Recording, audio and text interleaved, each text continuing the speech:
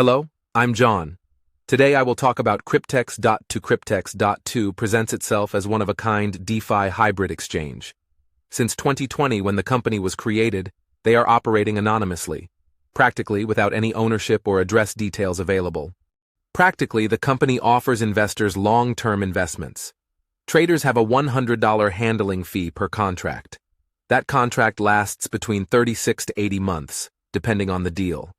Thus, without regulation and a transparent investment platform, they can make up any results they want. Is Cryptex.2 legit or a scam?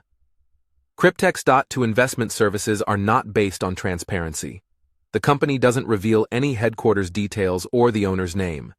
Either way, the company should be registered for a digital asset service provider license, preferably in Tier 1 databases like FCA, BaFin, or ASIC.